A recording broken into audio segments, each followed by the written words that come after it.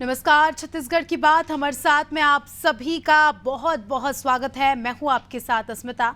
आज बात करेंगे छत्तीसगढ़ में नक्सली एनकाउंटर पर हो रही सियासत की।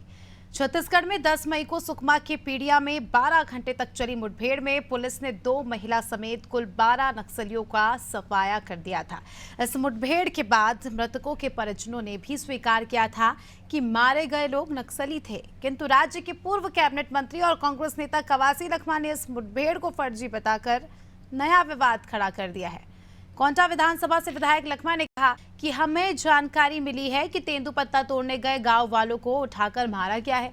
अब कांग्रेस पार्टी और आदिवासी समाज इस मामले की जांच करेगा। लखमा के स्टैंड के बाद एक तरफ तो प्रदेश कांग्रेस कमेटी के अध्यक्ष दीपक बैज ने इस मामले की जांच करने के लिए कांग्रेस की 8 सदस्यीय जांच कमेटी बना दी है। वहीं सुकमा के सर्व आदिवासी समाज के सदस्य ने कहा कि सर्व आदिवासी समाज की भी संभाग स्तरीय जांच कमेटी बनी है। ये कमेटी अपनी रिपोर्ट सीएम को सौंपेगी। यदि कार्रवाई नहीं होती है तो आंदोलन भी किया जाएगा आने वाले समय में। और इसी बीच कवासी लखमा ने सीएम विष्णुदेव साय पर भी निशाना साधा और कहा कि जब बीजेपी की सरकार में विष्णुदेव साय सीएम बने थे तो हमें विश्वास था कि वे आदिवासियों के हित के लिए काम करेंगे, लेकिन अब प्रदेश में आदिवासी मुख्यमंत्री है, फिर भी आदिवासी सुरक्षित नहीं है। फर्जी एनकाउंटर में आदिवासी मारे जा रहे हैं। लखमा ने कहा कि कांग्रेस पार्टी प्रदेश स्तर से भी जांच दल भेज रही है और इसके अलावा जगदलपुर, सुकमा, दंतेवाड़ा और बीजापुर के आदिवासी समाज के लोग 16 मई को सामाजिक स्तर पर पीडिया गांव जाएंगे। जांच के बाद इसकी रिपोर्ट मुख्यमंत्री, बस्तर आईजी, एसपी को सौंपेंगे।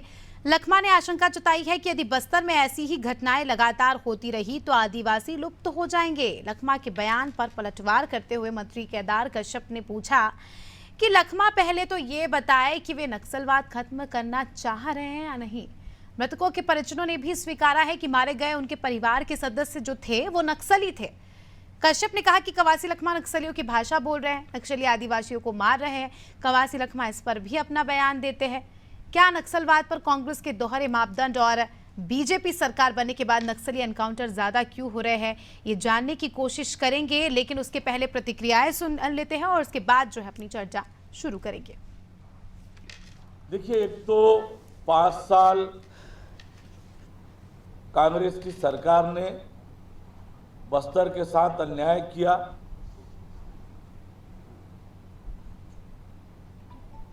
नक्सलवाद को पाला पोसा और अब बस्तर की शांति और खुशहाली के लिए, बस्तर के विकास के लिए हमारे सुरक्षा बल बहादुरी के साथ जो कार्यवाहियां कर रहे हैं उस पर भी प्रश्न चिन्ह उठाने का काम ये कर रहे हैं। लेकिन हमारे सुरक्षा के जवान पूरी ईमानदारी और मेहनत से, कर्तव्य निष्ठा से काम कर रहे हैं। नक्सलियों के खिलाफ चलाए जा रहे मुहिम में कांग्रेस पार्टी सुरक्षा जवानों के साथ खड़ी हुई है और नक्सली मुठभेड़ में जिस प्रकार से निर्दोष आदिवासियों की गोली मारकर हत्या की गई है, ये भी घटना दुखद है। कांग्रेस पार्टी ने इसलिए जांच समिति बनाया है और हम पीड़ित पक्ष के साथ खड़े हुए हैं। जिस प्रकार से भाजपा की सरकार और उसके नेता और मंत्री निर्दोष आदिवासियों की मौत पर जो मौन है, ये स्पष्ट समझ में आता है कि इन्हें आदिवासियों की मौत का कोई दुख नहीं है। हम सेना के सुरक्षा के जवानों के साथ खड़े हैं जिसमें नक्सलियों को मारा जा रहा है, पर निर्दोष अगर आदिवासी इस घटना में मारे जा रहे हैं तो निश्चित तौर पर हम पीड़ित पक्ष के साथ भी खड़े हुए हैं। और भाजपा को स्पष्ट करना चाहिए कि जो निर्दोष जो मारे गए हैं वो आदिवासी है क्या, इसलिए भाजपा नेताओं को दुख नहीं हो रहा है? जिस प्रकार से अरुण साहू जी का बयान आया है, ये बेहद निंदनीय है। चलिए, इसी के साथ इस पूरे मुद्दे पर चर्चा करेंगे। इस पूरे मुद्दे पर चर्चा के लिए हमारे साथ पैनल पर कुछ खास मेहमान जुड़ चुके हैं। उनसे आपका सबसे पहले परिचय करा देती हूँ। हमारे साथ बीजेपी से गोपाल सामंतो जी जुड़ चुके हैं, कांग्रेस से अनिल चौहान जी हमारे साथ जुड़ चुके हैं, साथ ही वरिष्ठ पत्रकार रमेश पांडे जी हमारे साथ जुड़ चुके हैं। सभी मेहमानों का बहुत बहुत स्वागत है नादी टीवी में। सबसे पहले रमेश जी, मैं आपसे जानना चाहूंगी, जिस तरह से हमने देखा छत्तीसगढ़ में नक्सलियों के खिलाफ एक के बाद एक अभियान चलाए जा रहे हैं और सफाई अभियान के तहत जो है नक्सलियों को यहाँ पर मार गिराया जा रहा है। नक्सलवाद क्योंकि एक बहुत बड़ी समस्या है छत्तीसगढ़ के लिहाज से। आप काफ़ी समय से छत्तीसगढ़ में रह रहे हैं, छत्तीसगढ़ को कवर कर रहे हैं, कैसे देखते हैं आप इस क्रम को? देखिए, ये बहुत गंभीर मुद्दा है। जब सुरक्षा बल के जवान कार्रवाई करते हैं तो कहीं ना कहीं से ये सवाल खड़ा हो जाता है कि आखिर जो लोग मारे गए हैं वो असली नक्सली हैं या नहीं है, वो सामान्य आदिवासी हैं या नहीं है। अब इस बात को क्लियरिफाई कौन करे कि वो नक्सली हैं या सामान्य आदिवासी हैं। लेकिन सुरक्षा बल के जवानों का जो एक्शन है जी। उस पे सवाल उठाना मेरे लिहाज से बहुत अच्छी बात नहीं है। सुरक्षा बल के जवान अपनी जान हथेली पर रख करके ये नक्सलवाद से लड़ाई लड़ रहे हैं, नक्सलियों के खिलाफ कार्रवाई कर रहे हैं। अगर किसी को, मैं समझता हूं कि अगर किसी को इस बात में शक है कि वो नक्सली नहीं है, सामान्य आदिवासी हैं, तो उसके लिए तमाम लीगल प्रक्रियाएं हैं, लीगल प्रोसेस है। उस रास्ते से जाकर के ऐसे लोगों को उनकी मदद करनी चाहिए, उन परिवारों की मदद करनी चाहिए जो लोग नक्सली नहीं है, सामान्य आदिवासी हैं और नक्सली बता के मार दिया गया। दूसरा बिंदु ये है कि अगर वो नक्सली हैं और इस तरह से अपराध कर रहे हैं तो उनके खिलाफ कार्रवाई की जाए, और सुरक्षा बल के जवान कर रहे हैं कार्रवाई तो उनका मनोबल बढ़ाया जाना चाहिए। और तीसरा विकल्प ये है कि जो नक्सलवाद है, नक्सलवाद तो है, इसमें कोई दो राय नहीं है, तो नक्सलवाद को कैसे खत्म किया जाए, नक्सलियों को कंट्रोल कैसे किया जाए, इसका भी रास्ता बताना चाहिए उनको। और मेरे ख्याल से केवल सवाल उठाना अच्छी बात नहीं। बिल्कुल, और वो भी बिना किसी ठोस, हम कह सकते हैं, सबूत के। इस तरह से जिस प्रकार से आपने भी बहुत अच्छी बात कही कि सुरक्षा बल अपनी जान पर खेलकर जाते हैं, लोगों को बचाने की कोशिश करते हैं, नक्सलवाद को ख़त्म करने के लिए जिस तरह से उनकी कवायद है उस पर सवाल उठाना कहीं ना कहीं उचित नहीं है, लांछन लगाना हो गया उनकी काम पर। हमारे साथ हमारे कांग्रेस के साथी जुड़े हैं। अनिल जी, क्या कुछ कहेंगे? एक तरफ जब बीजेपी की सत्ता थी तब आप ये आरोप लगाते थे नक्सलवाद को लेकर कि नक्सलवाद बढ़ रहा है, सरकार कुछ नहीं कर रही है। अब जब एक्शन लिया जा रहा है तो भी आप जो है सवाल खड़े कर रहे हैं, सुरक्षा बल के सैनिकों पर सवाल खड़े कर रहे हैं। वो सैनिक जो अपनी जान पर खेल कर जाते हैं, बिना किसी परवाह के अपने कर्तव्य का पालन करते हैं, आप उन पर लांछन लगा रहे हैं। अस्मिता जी, आपको और सभी पैनलिस्टों को, आपके विद्वान दर्शकों को नमस्कार मेरा। दूसरी बात देखिए कि हमने कहीं भी सुरक्षा बलों के जवानों पर सवाल नहीं उठाया है। हमने सवाल ये उठाया है, हमारे नेता कवासी लखमा ने, कि इस बात की जांच होनी चाहिए कि कहीं वो निर्दोष आदिवासी तो नहीं है। तो अस्मिता जी, उसमें बुराई क्या है?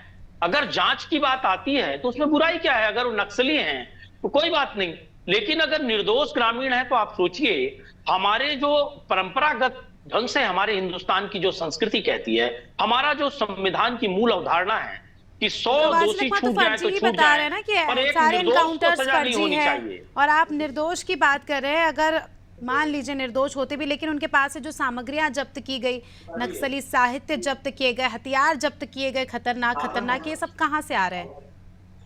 अस्मिता जी, मैं आपको ये बताना चाहूंगा कि 70 से 90% मामलों में पुलिस जो जब्ती करती है, जो हथियार बरामद करती है, हत्या और बलात्कार के आरोपी बनाती है और वो लोग निर्दोष छूट जाते हैं। कई बार ऐसा हुआ है न्यायालयों में।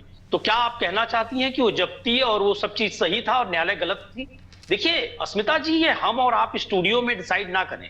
मैं जवानों की बहादुरी को सलाम करता हूं। हमारे सीबीआई, ईडी, आईटी में भी जो लोग हैं, उन जवानों को मैं सलाम करता हूं, लेकिन क्या उनका दुरुपयोग नहीं हुआ? सारा हिंदुस्तान जानता है कैसे राजनीतिक दलों को कुचलने के लिए, विरोधियों को कुचलने के लिए उनका इस्तेमाल हुआ। तो कहीं चुनाव सामने है इसलिए प्रोपेगेंडा या सुरक्षा बलों पर कोई दबाव तो नहीं है? इसकी जांच करने में दिक्कत क्या है? अगर एक भी निर्दोष व्यक्ति मारा जा रहा है, सर कांग्रेस पार्टी, देखिए ठोस सबूत तो जो आरोप लगा रहे हैं उन आरोपों पे जांच के बाद मिलेगा।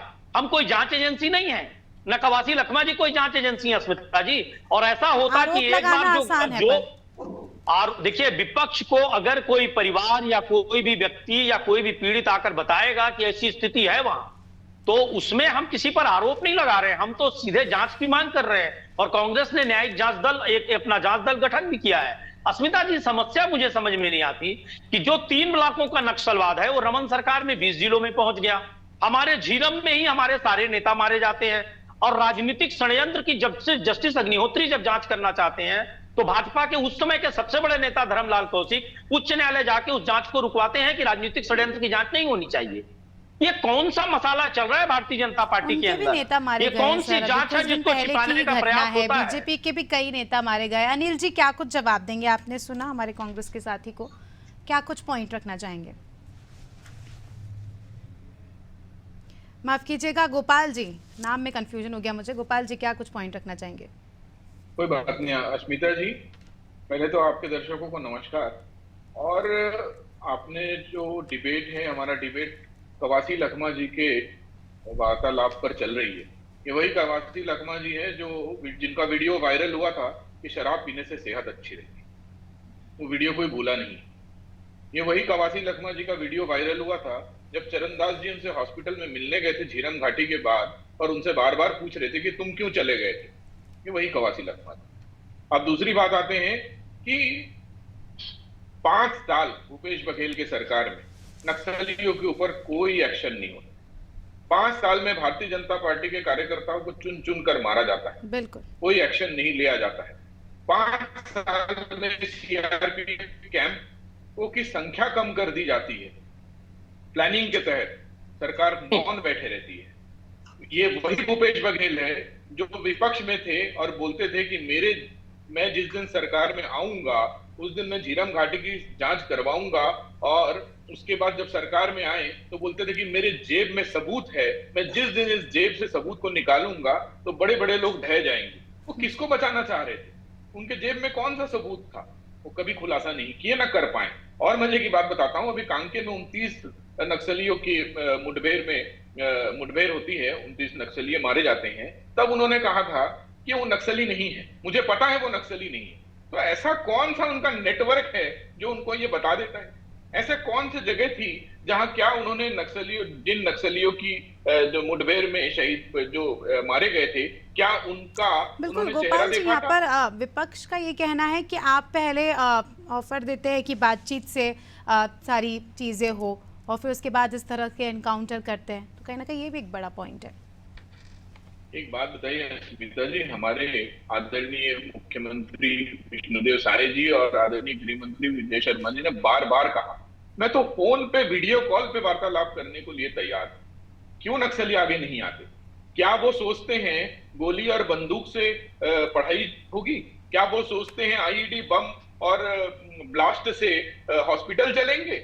आखिर उनके मन में सोच क्या है? वो तो विकास को रोकना चाहते हैं। आप 15 साल जब भारतीय जनता पार्टी की सरकार थी, आप सोचिए बस्तर का विकास देखिए, बस्तर में कितना विकास पहुंचा है उसकी कल्पना करिए और सोच के देखिए।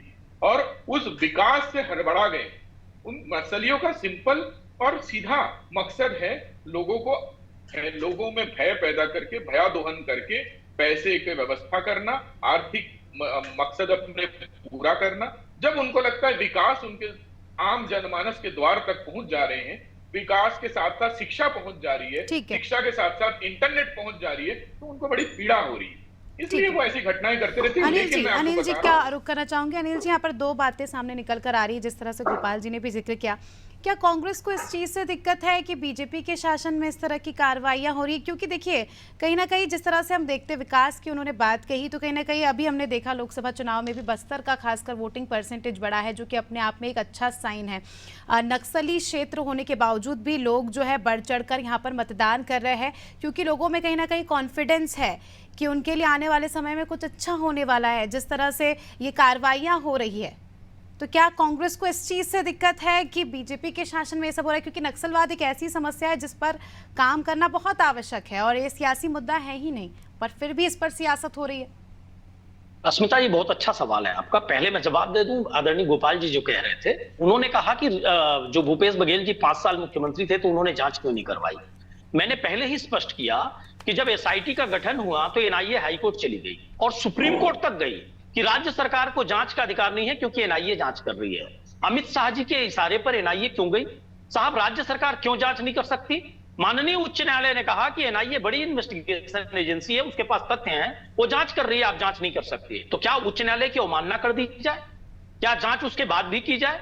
धर्मलाल कौशिक जी ने जस्टिस अग्निहोत्री आयोग के खिलाफ क्यों याचिका लगाई कि राजनीतिक षड्यंत्र था या नहीं, उसकी जांच की जाए? तो देखिए अस्मिता जी, ये भाजपा का 2 चेहरा है। भारतीय जनता पार्टी नक्सलवाद के मुद्दे पे नक्सलवाद को पालना भी चाहती है, हथियारों से उनको रोष भी दिलाती है और उसके बाद ये इनकाउंटर और इस तरह की कहानी भी बनाती है। भारतीय जनता पार्टी की ये मूल नियत है। दूसरी बात पे मैं आपके आऊंगा, 5 वनोपज की खरीदी करते थे ये वनवासियों के लिए, हमने उसको 72 किया, 4 चिरौंजी महुआ हर चीज खरीदा गया, लोहंडी गुड़ा में जमीन वापसी की गई। अस्मिता जी आप मुझे सुन लेंगे तो मैं बता रहा हूं उसी बात पर। एनसीआरबी के आंकड़े कहते हैं कि 40% नक्सली वारदात में कमी आई 5 सालों में। 40% थोड़ा सा आंकड़ा नहीं है। हमारा राज्य सरकार का दावा अभी था चुनाव हुए, जगह जगह पोस्टर लग रहे थे सर। मैं अस्मिता जी नेताओं को मारा जा रहा था। एक आंकड़े बता रहा हूं, वो मेरे आंकड़े नहीं है, केंद्र सरकार के आंकड़े हैं। हमारे समय में सर्वाधिक नक्सलियों ने आत्मसमर्पण किया और सर्वाधिक नक्सलवाद पर कुठाराघात हुआ, लेकिन विकास के माध्यम से। एक गरीब और निर्दोष आदिवासी को परेशान नहीं किया गया। जो नक्सली थे उनसे वार्ता की गई और अधिकतर वार्ता भी की गई और मुठभेड़ भी की गई, लेकिन किसी निर्दोष को नहीं मारा गया।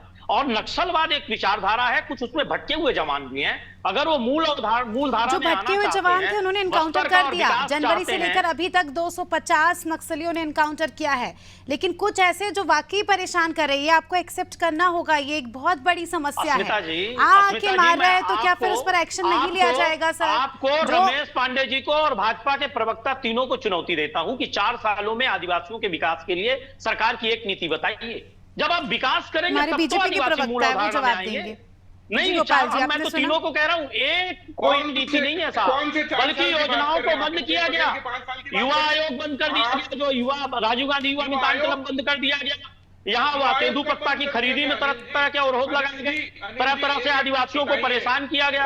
तो साहब आप रास्ते खोलेंगे, जब उनको अवसर देंगे, विकास होगा, तब तो मूल धारणा में आएंगे। यानी आपकी सरकार थी तो ही विकास हो रहा था, आपका कहने का मतलब ये है? से हमने इसका बड़ा आंकड़ा बस्तर में फिर भी आप अपने नेताओं को इंसाफ नहीं दिला पाए। विकास करे थे लेकिन अपने नेताओं को इंसाफ नहीं दिला पाए। शिक्षा से ही तो विकास होगा ना।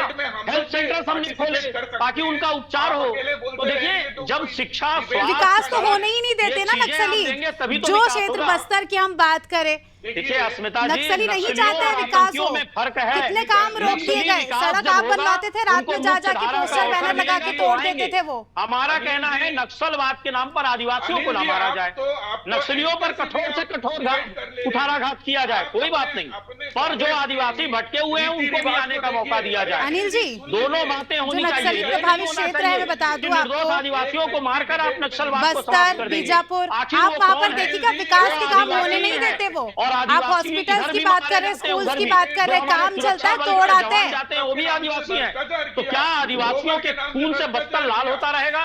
क्या झीरम कांड से हल होगा? क्या झलियामारी में जो शासकीय आश्रम में हमारी छोटी छोटी बहनों और बच्चियों के साथ गोपाल जी से इसका जवाब दूंगी मैं कुछ नहीं बोल रही। गोपाल जी ठीक है, अनिल जी आपको सुन लिया, गोपाल जी जवाब दीजिए। उन्मूलन करेगा इस तरह से बहनों बेटियों का गर्भवती हो गई 12 साल 14 साल की बच्चियां हमारी बस्तर में, इन्होंने ऐसा झलियामारी में कांड किया शासकीय आश्रम में। क्या उससे नक्सलवाद का उन्मूलन होगा? क्या आदिवासियों को उससे मुख्य धारा? रमेश जी, ये काफी संवेदनशील मुद्दा है। जिस प्रकार से हमारे कांग्रेस के साथी जिक्र कर रहे थे विकास का, जहां तक मैंने ऐसा पढ़ा है और जहां तक हम खबरें पढ़ते हैं, रोज सामने आता है, खासकर हम बस्तर की बात करें, बीजापुर की बात करें, ठीक है आप विकास की योजनाएं पहुंचा रहे हैं, लेकिन नक्सली वहां पर वो काम नहीं होने देते। कितने सारे स्कूल्स की बिल्डिंग बनते हुए तोड़ दी, सड़क का निर्माण होता है वो नहीं होने देते, चुनाव होता है तो पोस्टर लगा देते हैं, ग्रामीणों को रोकते हैं, मारने की धमकी देते हैं। क्या लगता है कि इस संवेदनशील मुद्दे पर इस तरह की राजनीति होनी चाहिए या इस पर बात होनी चाहिए? देखिए, मैं बहुत विनम्रता से ये कहना चाहता हूं, हमारे कांग्रेस के भाई अनिल सिंह हमसे सवाल पूछ रहे थे, हमको उनका जवाब देना चाहिए। बिल्कुल बिल्कुल। तो मैं ये नहीं कहूंगा कि भाजपा ने क्या किया, कांग्रेस ने क्या किया, ये दोनों लोग हैं, अपना निपटे। लेकिन मैं इतना अनिल भाई को जरूर कहूंगा कि सत्ता में होना या विपक्ष में होना, विपक्ष पे होने का मतलब ये है कि ये नहीं है कि काम नहीं करना है। आज कांग्रेस को भी बस्तर में काम करना चाहिए।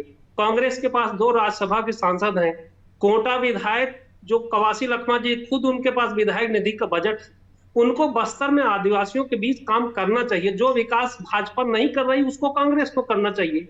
और कांग्रेस के नेता एक प्रतिनिधि मंडल बना करके वहां के जा करके जो नक्सली विकास कार्यों को रोक देते हैं उनसे अनुनय विनय करना चाहिए, उनसे निवेदन करना चाहिए, भैया विकास काम होने दो, आप क्यों रोक रहे हो?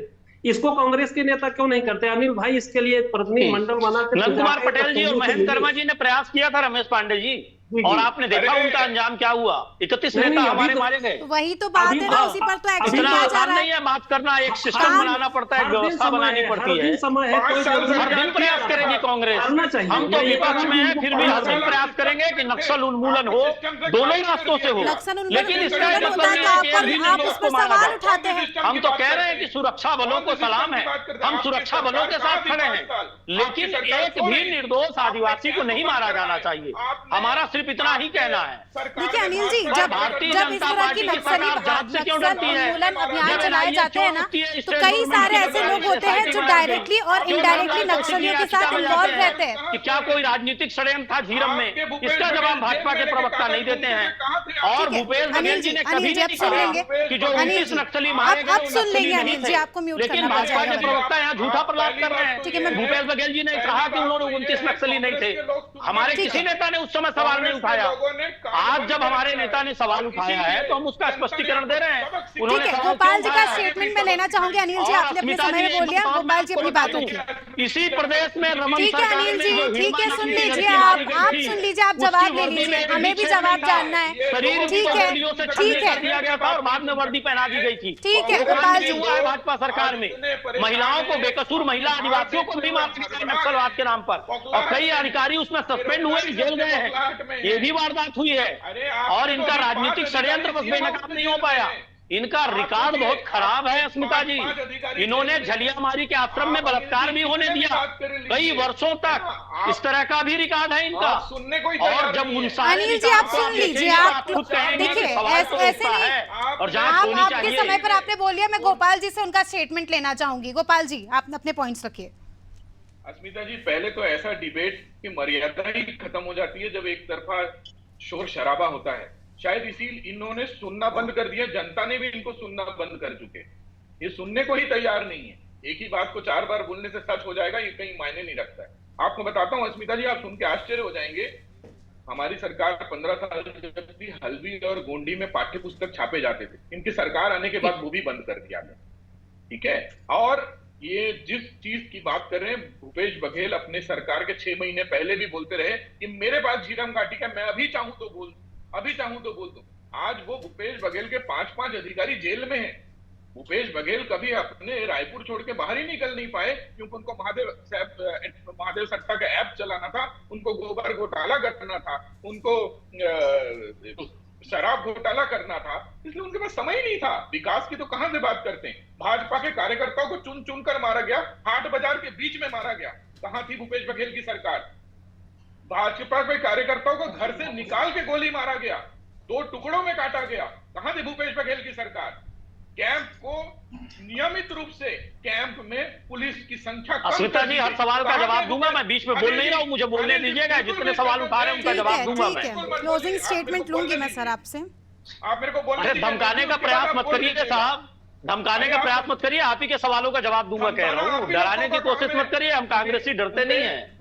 नहीं तो नंद कुमार पटेल, दिनेश पटेल, महेंद्र कर्मा, कितने नाम गिनाऊं जिनको नक्सलवाद के नाम पर आप लोगों ने हत्या करवा दी बस्तर में। आप तो झूठे केस में पत्रकारों को तक के अंदर करवा देते थे। कहां कैसी बात कर रहे हैं? अभी आप पत्रकारों से बाहर निकल के बात करिए। पत्रकार भी डरे हुए सहमे हुए रहते थे। ठीक है अनिल जी, गोपाल जी, प्रशासन समय का की नाम कमी के चलते इस चर्चा को यहीं रोकना होगा। लेकिन नक्सलवाद मुझे ऐसा लगता है कि बहुत बड़ा मुद्दा है छत्तीसगढ़ का, जो कि छत्तीसगढ़ के विकास को लगातार रोक रहा है। और ऐसे में राजनीति से परे होकर इस विषय को लेकर काफ़ी गंभीरता से बात करने की ज़रूरत है और सोच समझ के जो है काम करने की ज़रूरत है, क्योंकि मसला जनता का है। बहुत बहुत शुक्रिया आप सभी का हमारे साथ जुड़ने के लिए और चर्चा में शामिल होने के लिए। तो देखिए, नक्सलवाद एक ऐसी समस्या है जो पिछले 3 दशकों से छत्तीसगढ़ को अजगर की तरह निकले जा रहा है। एक तरफ जहां सरकारें आती है, बदलती है, कांग्रेस की सरकार आती है, बीजेपी की सरकार आती है, दोनों ही सरकारें अपने अपने दावे वादे पेश करती है, लेकिन फिर भी ये समस्या जस की तस रह जाती है। जिस तरह से हमने देखा